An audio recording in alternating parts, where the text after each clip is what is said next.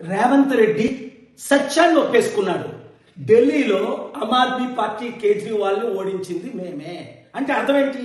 బీజేపీని గెలిపించింది మేమే అంటే అర్థం ఏంటి?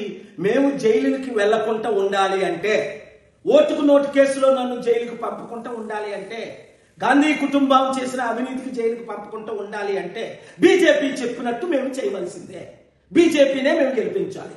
ఇంత దరిద్రమా?